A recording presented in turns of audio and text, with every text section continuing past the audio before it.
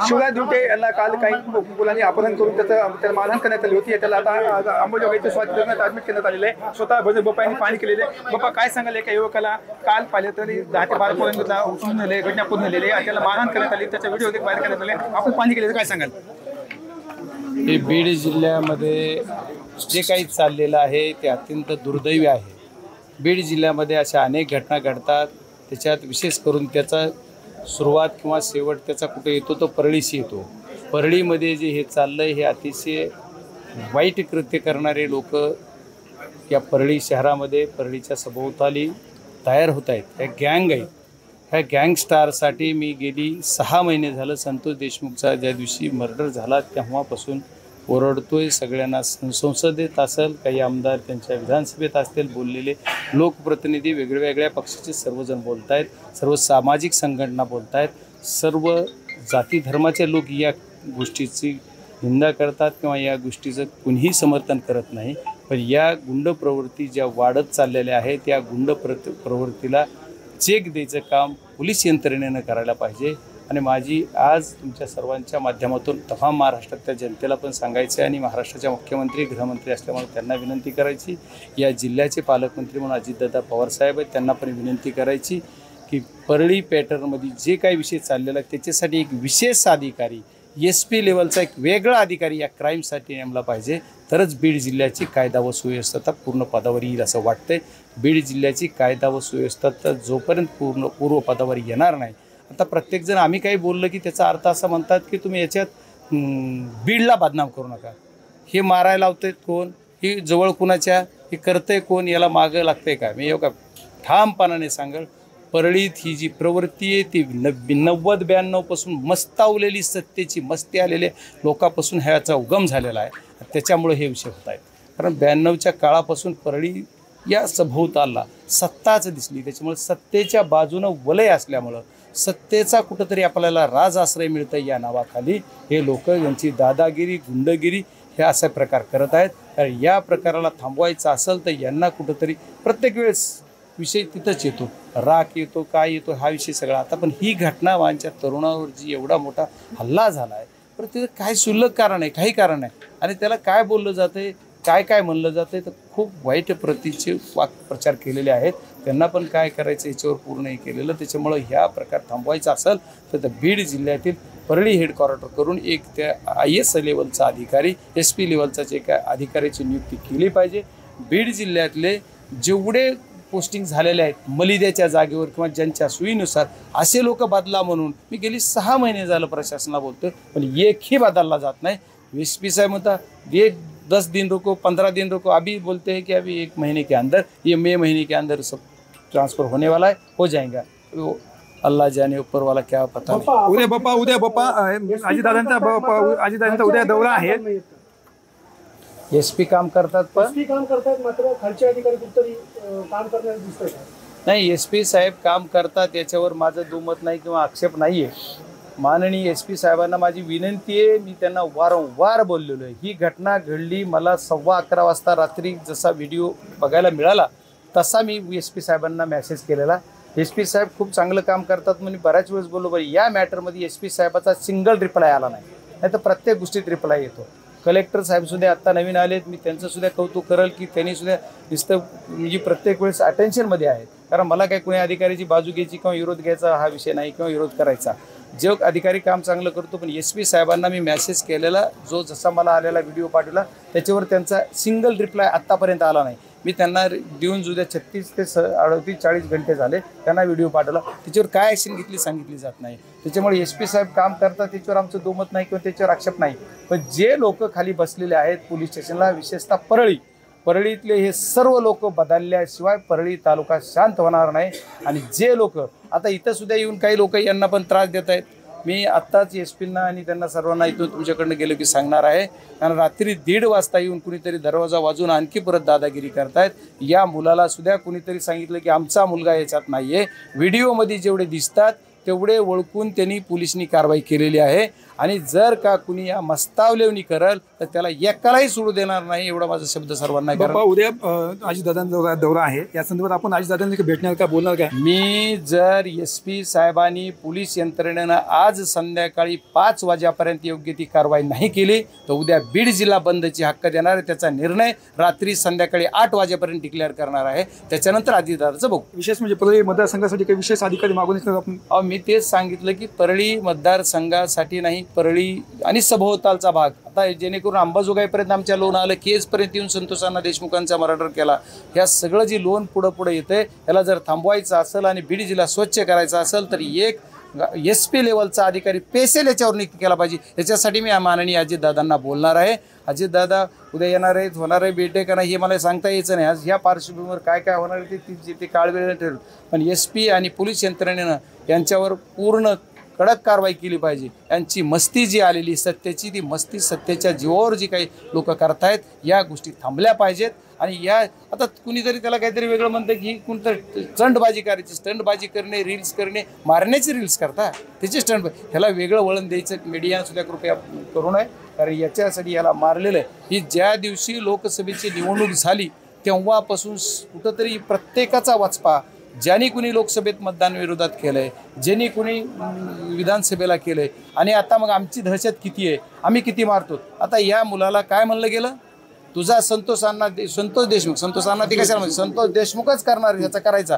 नसीब त्याचं चांगलं की तिथं काही गावातले किंवा कुणी दर्शनाला आलेले लोक त्या मंदिराच्या तिथं लग्नाचा कार्यक्रम होता, ते काय असेल जे मी ते लग्नाचा कार्यक्रम त्या मंदिरातच तिथं, आता मला तेवढं डिटेल माहीत नाही, पण त्यांनी जी मला सांगितलं की तिथं जी काही लोक आले त्यांनी बघितलं आणि त्यांनी बघून ज्यावेळेस लोकांचा मॉब आला त्यावेळेस ते पळून गेले. म्हणजे एक प्रवृत्ती एका मुलाला जे हा कुठंतरी एक याच्या सप्त्याचा कार्यक्रम होता जलालपूरमध्ये गेलेला, तिथं त्याचा तर अर्थ यांचा काही संबंध नाही आहे. ज्या या गुंड प्रवृत्तीच्या या सर्व तरुणांनी ज्या मुलांनी मारले त्या मुलाचा ह्याचा काही संबंध नाही, पण कुठंतरी संशय. आता इथं एवढे जण जमलेत, 1000 लोक आहेत, त्याच्यातले सगळे लोक मलाच बघायला आलेत असं आहे का, पेशंटला बघायला आलेत असं आहे का, तुम्हाला भेटायला आलेत तसं का नाही आहे. आता इथं आले ज्याच्या त्याच्या कामाला आलेले असतील, तसा तो मुलगा त्याच्या कामानं त्याच्या मामाच्या गावाहून आला आणि तिथं सप्त्याला पाहुणेकडे बोलवलं म्हणून तो होता. पण त्याला तसं नाही की त्यांना संशय त्याच्या मनात धरला किंवा हा कुठंतरी भूत एजंट होता, कुठंतरी यांनी लोकसभेला वेगळी भूमिका घेतली, याच्या नावाखाली याला उचलला आणि ह्याला उचलून तिथून बेल्टनं आणि लाथाबुक्या घालत आणला, गाडीत कोंबून मारून तिकडं रत्नेश्वर मंदिरावर नेला आणि मंदिराच्या पाठीमागच्या वसाड जागेमध्ये त्याला फार एवढं मारलंय. तुम्ही जरी व्हिडिओ बघितले तर कसं पाया पडायला लावलंय, कसं काय करायला लावलंय. आता याला मी बोलल्याच्या नंतर ह्याच्यावर पण जी संतोष अण्णा देशमुखची प्रवृत्ती, जे लोक आले नसते तर याचा संतोष अण्णा देशमुखच त्यांना करायचा होता. त्याच्यामुळे पोलिसांना किंवा सर्व यंत्रणेला माझी विनंती आहे की आणखी किती लोकांचा आमचा बळी घ्यायचा आहे हे मला माहीत नाही. 10 लोकांवर गुन्हा दाखल करण्यात आला, 7 जणांना ताब्यात देखील घेण्यात आले. आमचं समाधान त्या 7 जणांवर ताब्यात घेण्यावर नाहीये. हा प्रकार मूळ कुठून घडला, कशामुळे यांनी उचललं, याचा तपासात या यंत्रणेनं झाला पाहिजे. जे जलालपूर जिथं मूळ आहे त्या जलालपूरमध्ये काय घटना घडली आणि तिथं कशामुळे हे केलं त्याच्याप्रमाणे त्याच्यावर सर्वांवर कारवाई झाली पाहिजे. आणि या कारवाईतून जोपर्यंत त्याच्यावर कारवाई होणार नाही तोपर्यंत आम्ही समाधान नाही. कायदा सुव्यवस्थेचा प्रश्न आपण पाहतोय, या अनुषंगाने खासदार म्हणून गृहमंत्र्यांकडे काही मी माननीय मुख्यमंत्री गृहमंत्री आहेत त्यांना वेळ मागितलेली, बहुतेक 27 तारखेला या म्हणून त्यांच्या खालच्या लोकांनी मी त्यांना रात्रीच बोललेलो आहे. तर त्या आणखी कन्फर्म वेळ नाही, पण 27ला वेळ मिळण्याचा अंदाज आहे. 27ला जर मला वेळ मिळाली तर मी जाणार, अजितदादांना पण भेटणार पालकमंत्री म्हणून, आणि खूप कर्तव्यदक्ष काम करतात असं त्यांची ख्याती आहे, त्याच्यामुळे त्यांना पण भेटणार. आणि मी त्यांना एकच मागणी करणार की बीड जिल्ह्यासाठी, कारण मी केलेली मागणीच आहे, मी केलेली मागणी मान्य करायची की नाही, विरोधी पक्षाचा खासदार आहे, हा त्यांचा अधिकार आहे, पण कसं त्याला आपल्याला जसं पाहिजे तसं करून घ्यायचं हे पण मला माहीत आहे. पण मी संविधानाच्या कायद्यामध्ये चौकटीमध्ये मला जो अधिकार आहे त्या अधिकारानं त्यांना मागणी करणार आहे की बीड जिल्ह्यासाठी एक SP लेवलचा नवीन अधिकारी नियुक्त करा, त्याच्या खाली सगळी टीम द्या. एखादा गुन्हा झाला की त्याला SIT नियुक्त करतो, एक कव्हर करणार, त्याच्यापेक्षा एक अधिकारी नेमा, आणि अधिकारी जर नेमला तरच आपल्या बीड जिल्ह्यामधलं हे परळीतलं चाललेलं जी पिलावळ जी आमच्या बीड जिल्ह्याच्या टोकापर्यंत येईल, इकडे आंबुऱ्यापर्यंत, ते कुठंतरी थांबेल आणि परळीवाल्यांना थोडंसं गुंडगिरी करणारा की कुठंतरी चपराक बसेल असं मला वाटतं. काल अजितदादा म्हणले की मोकोक आम्ही या मुलांची आम्ही पार्श्वभूमी पाहणार आणि मोकोक लावणार आम्ही. नाही, मग याच्यात हिंमत येते म्हणजे तेच बोलतो ना, याला परळीमध्ये 90-92 पासून जी सत्ता आली, सत्तेच्या जीवावर जे काही मस्तावले, ज्यांच्याकडे पैसा आला, बोगसगिरी आली, आज हा विषय आणखी प्रचंड परळीच्या बाबतीत खूप वेगळा विषय. ह्या विषयात आज ते विषय नाही घालायला पाहिजे, पण तुम्हाला कशी मस्ती येते ते सांगतो. परळी तालुक्यातली आणखी मी प्रेस घेऊन तुम्हाला बोलणारही होतो, पण आज विषय आहे तर मी सांगतो तुम्हाला की परळी तालुक्यामध्ये तुमचा नांदेड असेल, परभणी असेल, लातूरचा काही भाग, जालना असेल, 4-5 जिल्ह्यामध्ये परळी तालुक्यातल्या 100 एका गावातल्या 100-200 लोकांनी विमा भरलाय. ऑफलाईन पद्धतीने त्याची तक्रार आहे. विशेष गोष्ट ही की ऑफलाईन पद्धतीने त्याची तक्रार आहे आणि कृषी अधिकाऱ्याने सुद्धा त्याचे पंचनामे ऑफलाईनच केलेत आणि ऑफलाईन त्याची तक्रार नोंद करून एका पट्ट्याला 80 90 लाख 1 करोड रुपये येतात. त्यांना सुद्धा माझी तुमच्या सर्वांच्या माध्यमातून विनंती आहे, सूचना आहे, ते पैसे परत करा, नाहीतर तुम्हाला सुद्धा शासनाच्या नियमाप्रमाणे तुमच्यावर कारवाई करायच लावू. पण ही जी गोष्ट आहेत, आज जवळपास 400-500 करोड रुपये एकट्या परळी तालुक्यात विम्याचे आले असतील. ऑफलाईन तक्रारी आहेत आणि ह्या तक्रारी कृषी खात्यानं सर्टिफाईड करून दिलेल्या आहेत, त्याच्यामुळे त्यांना पैसे मिळाले. ही एवढा मोठं ही आहे, ही सुद्धा मी पालकमंत्र्यांना उद्याच्या जर मीटिंग झाली तर बोलणार आहे. पालकमंत्र्यांचा वेळ सारखा खालीवरी होतोय, कारण त्यांनी 8:15ची वेळ दिली होती. पुन्हा कलेक्टर म्हणले की नाही बदलली, आता आणखी काय बदलली ते माहीत नाही. आता एखाद्या वेळेस 8:15ची ठेवून इकडला दौरा येणारा कॅन्सल होतं माहीत नाही, कारण आता ही घटना घडली म्हणजे परळून जायचं होतं, नांदेड, त्यांचं काय रूट असेल माहीत नाही. पण ती उद्या जर बैठक झाली तर मी बैठकीत हा पण विषय बोलणार, विशेष अधिकाऱ्याचा पण विषय बोलणार. कारण ही विमा घोटाळा एवढा मोठा घोटाळा आहे की बीड जिल्ह्यात आतापर्यंत जेवढे काही घोटाळे झाले असतील त्याच्या सर्वात मोठा घोटाळा ही विमा घोटाळा आहे. आणि याची ऑफलाईन आज ही पैसे ही गोळा केले जातात. समजा ज्या 100 लोकांच्या नावावर पैसे आलेत, ज्यांनी कुणी हे घोटाळा करायला लावला की ज्यांनी कृती केलंय अशा लोकांचे नावं, त्यांचे ही सगळं ते CSC सेंटरवर झालेले घोटाळे सगळे, तर या CSC सेंटरच्या चौकशा झाल्या, आले सुटले आणि आता पैसे ज्यांना मिळालेत ते पैसे जर त्यांनी भरले नाही शासनाला तर त्याला पण जेलमध्ये जावं लागेल. त्या सर्वांवर मोकोका लावावा लागेल. आणि मोकोका मला वाटतं अजितदादा असतील, गृहमंत्री म्हणजे मुख्यमंत्री लावतील, त्यांचं पण बीड जिल्ह्यासाठी खूप विशेष लक्ष आहे. पण काय होईल की त्यांचं लक्ष देताना त्यांना जरा इझी लक्ष दिले, त्यांना वाटायला की आम्ही सांगितलं आदेश म्हणजे मान्य, पण तसं होत नाहीये. इथं विशेष लक्ष देताना विशेषच अधिकारी द्यावा लागेल, विशेष अधिकारी दिला तरच होईल. काल अजितदादांनी सांगितले की ह्या गुन्हेगाराची पार्श्वभूमी तपासली जाईल आणि त्याच्यावर मोकोका लावलं जाईल. ठीक आहे ना, कोणालाही सोडलं जाईल, कोणाला सोडलं नाही. मी म्हणतो माननीय अजितदादांचं स्टेटमेंट मी पण पाहिलं. त्यांनी बोलले की जर काही झालं असेल तर मी आदेश केलेले आहेत, मी त्यांना सर्वांना सूचना दिलेल्या आहेत, मी त्या सूचनेचं कौतुक करेल. पण माझं म्हणणं आहे की हे एवढे प्रकार होत आहेत, उघडकीस येतात, ह्याच्यापेक्षा किती प्रकार असतील की उघडकीस न होणार आहे. आज ह्या मुलाच्या इथं सांगितलं की माझ्या मुलाचं नाव कमी करा, किंवा आमचा एक व्यक्ती नाही त्याचं नाव कमी करा. त्याचं जर नाव कमी नाही केलं तर आम्ही आणखी याला उचलून तू सुटून आला, आम्ही सुटून आल्यावर मारू. म्हणजे ही किती दहशती ठेवायचे. आणि पोलीस आणि मी आता इथल्या PIला सांगणार आहे, डीनला सांगणार आहे की या मुलाला संरक्षण द्या, संरक्षणाची गरज आहे, नाही तर या माझ्या मुलाला इथं पण मारलं जाईल. अरे काय गुन्हा आहे त्याचा, 12वी पास झालेला मुलगा आहे भाई, 12वी आत्ताच झाली त्याची, त्याचं शिकायचं वय आहे आणि त्याला तुम्ही गुंडगिरीमध्ये आणताय. आणि कोण लोक आहेत ते, कोण धमकी देणारे लोक कोण आहेत? धमकी ज्याचं एक जणाचं कोणाचं नाव आहे त्याचं ज्याला वाटतं 7ला मुंडे नावाचा कोणीतरी व्यक्ती आहे कोकवाडीचा, तो असं काहीतरी धमकी दिली की त्यानं की जर तुम्ही त्याला पण सांगतो की तू जर धमकी देशील तर राजा सोपं जाणार नाहीये, तू कुठल्या मस्तीवर येऊ नको की कुणाच्या मालावर असताय, माझं कुणी करत नाही असं नाही. तुम्ही एका बी मुलाला जर कुणी काही केलं तर त्याला आम्ही सोडणार नाहीत असं आमचं मत नाही. आम्ही चेतावणी पण बोलायचं नाही म्हणून मी टाळतोय. पण माझी विनंती आहे की असं जर करून एक गरीब हे सगळे मुलं आहेत, लहान यांना मारताय, त्याचं परत त्याला ज्या पद्धतीने संतोष देशमुखचं केलं त्याच पण लघुशक्य करणार आम्ही असं म्हणत होते, मला करायची, पण ती लोक आले. म्हणजे असं बघा, त्याला पाणी करत होतं तरी त्याला त्या पद्धतीनं पाणी न देता दुसरंच आणखी काही करायचं, ही जी यांची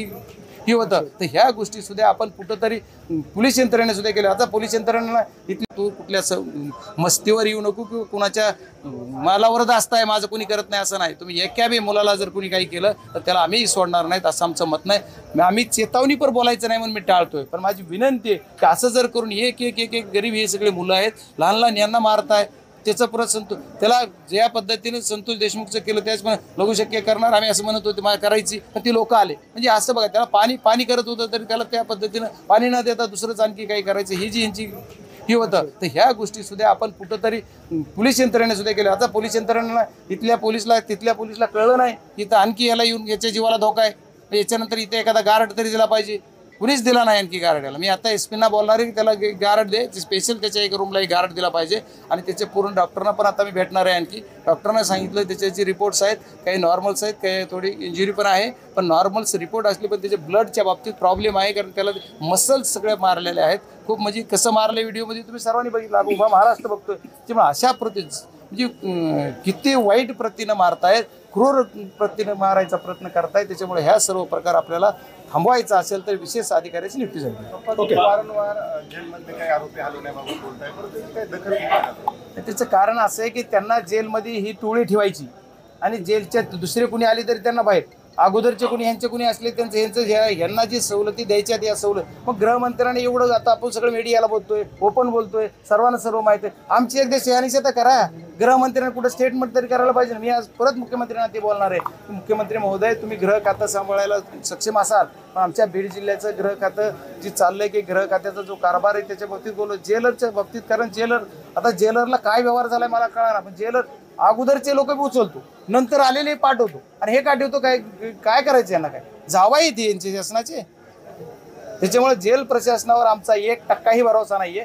जेल प्रशासन भ्रष्ट पद्धतीने काम करते असा मी पहिल्यांदा आरोप करतोय. त्याच्यामुळे जेलला सुद्धा मी मागं पण म्हणलेलो मला अधिकारी व्हिजिट करायचा, पण मला जाता येते मला कळलं, मी व्हिजिट करायला जाणार आहे. ओके.